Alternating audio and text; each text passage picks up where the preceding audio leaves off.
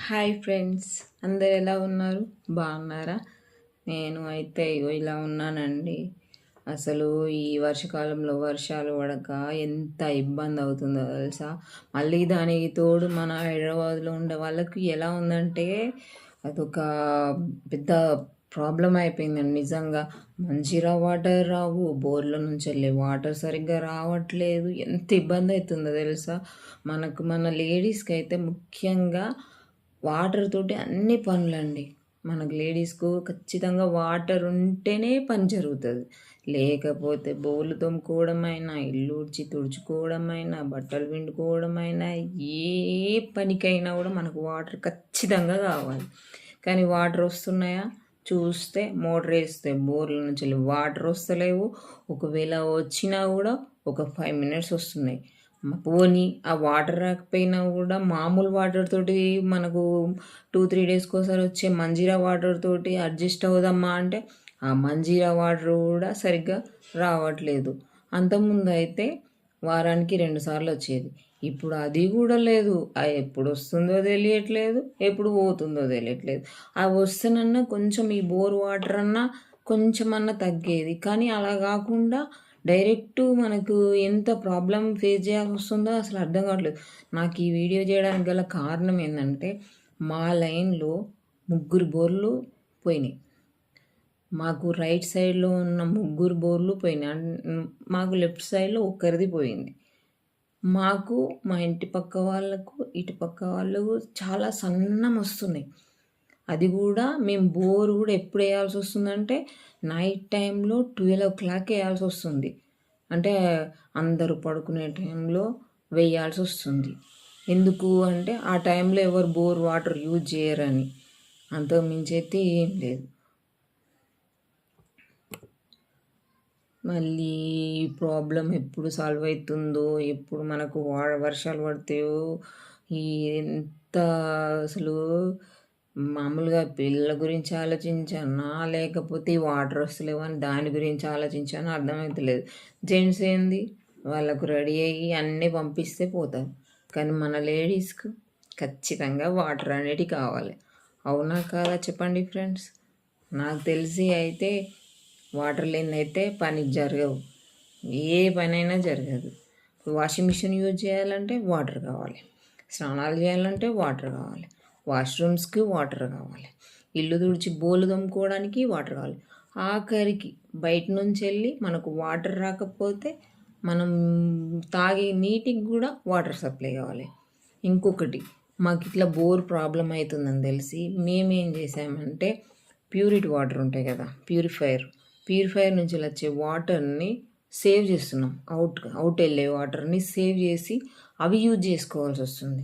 ఇప్పుడు ఈ సిచ్యువేషన్లో మనకి ఏ వాటర్ అయినా కూడా యూజ్డే కదండి.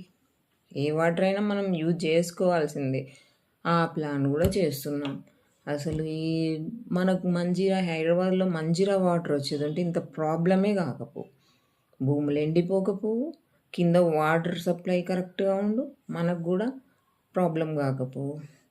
కానీ ఎంత చేసినా కూడా నేను ఎన్ని ఇయర్స్ అవుతుంది కానీ హైదరాబాద్కి వచ్చి నేను 12 ఇయర్స్ అవుతుంది. 12 ఇయర్స్లో 2014లో ఒక్కసారి అయింది.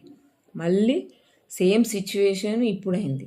అప్పుడు మంజీరా వాటర్ వచ్చేది, వీక్లీ 2 టైమ్స్ వచ్చేది, కానీ సన్నం వచ్చేది. ఇప్పుడు కంప్లీట్గా రావడమే బంద్ చేసింది. అసలు మరి అది ఎందుకు రావట్లేదు, గవర్నమెంట్ ఏం చేస్తుందో ఏం అర్థం కావట్లేదు. చాలా అంటే చాలా ప్రాబ్లం అవుతుంది. ఇవాళ రేపు అన్నట్టు మా బోర్లు నడుస్తున్నాయి, వాళ్ళ బోర్లు అయినాయి. వాళ్ళవి చూస్తే చాలా అంటే చాలా భయమవుతుంది. వాటర్ సప్లై లేనప్పుడు డైలీ ట్యాంకర్ తెప్పించుకోవాలంటే వాళ్ళతో అవుతుందా? డైలీ మనీ కావాలి కదా, ఖచ్చితంగా మనీ కావాలి ఆ ట్యాంకర్ నింపుకోవడానికైనా కూడా. ఆ వాటర్ కోసమైనా కూడా చూద్దాము, ఇవాళ వస్తుంది రేపు వస్తుంది అంటే అట్లా వీలైతలేదు. ఆ మంజీరా వాటర్ వస్తే ఇంత ప్రాబ్లం ఉండదు.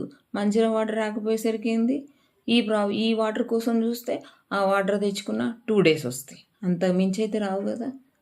చాలా అంటే చాలా అసలు నిజంగా దీనికోసం 2 డేస్ నుంచెల్లి నేను బాగా నర్వస్ అవుతున్నా. అసలు ఎక్కడికి పోయినా అమ్మో!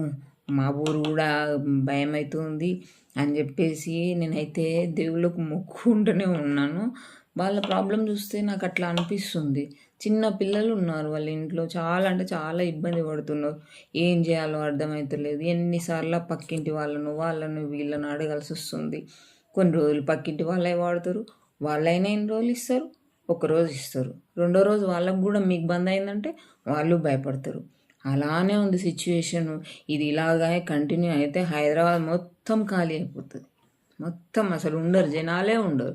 ఓ చెరువుల దగ్గర ఉండేటోళ్ళు మాత్రమే ఉంటారు. మిగతా ఏరియా వాళ్ళందరూ ఊర్లలోకెళ్ళిపోతారు. ఊర్లలో గూడా బావులు ఎండిపోతాయి. ఇది ఇలానే కంటిన్యూ అవుతాయి. చెట్లు కొట్టేసి మనం ఇన్ని బిల్డింగ్‌లు కడుతున్నాం. ఇన్ని బిల్డింగ్‌లు కట్టి మనమే నాశనం చేసుకున్నాం భూమిని. భూమికి ఒక్కొక్క చెట్టు మిగిలి ఉంటే మనకెంత బావుండు. నేను చెప్పేది ఒకటే అండి. వాటర్ కూడా కంట్రోల్‌గా వాడండి. మనకు వర్షాలు పడేదాకా నాకు తెలిసి ఈ సంవత్సరం మనకు కష్టమే, కరువే ఉండేటట్టున్నది. వర్షాలు పడేటట్టు లేవు. వర్షాలు పడ్డా ఇంకుడు గుంతలు స్టార్ట్ చేసుకో అన్నట. అది కూడా ఇంకుడు గుంతలు ఉంటే కొంచెం మనకు సేఫ్ అవుతదంట ఫ్యూచర్‌లో. ఇప్పుడు కూడా కాదు, ఫ్యూచర్‌లో నాకు తెలిసిందైతే. నాకు తెలీదు. కాకపోతే నాకు తెలిసిన ప్రకారం అయితే ఫ్యూచర్‌లో మనకు ప్రాబ్లమ్ కాదని చెప్పేసి అన్నారు. మన వాటర్ అందులో పోతాయి అంటే ఏదో చెప్తుండు మా సారు. నాకు తెలీదు. నేను చదువుకున్నాను కానీ నాకంత దాని గురించి ఎప్పుడు పట్టించుకోలే ఇంకుడు గుంత గురించి. అన్నారు ఇంకుడు గుంత ఇట్లా చేయాలి, అది ఏం చేయాలని చెప్పేసి అన్నారు కానీ ఏమోనండి మనకు తెలీదు. ఓకే, మీరైతే సేవ్ వాటర్ అండి. నిజంగా వాటర్ చాలా సేవ్ చేసుకోండి. ఇవాళ వచ్చినట్టు అపార్ట్మెంట్లో ఉన్న వాళ్ళకి కూడా సేమ్ ప్రాబ్లం అండి. వాళ్ళు తెచ్చి వాటర్ ట్యాంకర్స్ పోస్తారు. కానీ వాళ్ళేంది ఎక్కువ వాటర్ యూజ్ చేసినా తలనొప్పే. వాటర్ రావట్లేదని వాళ్ళు కూడా కన్ఫర్మేషన్ చేస్తారు.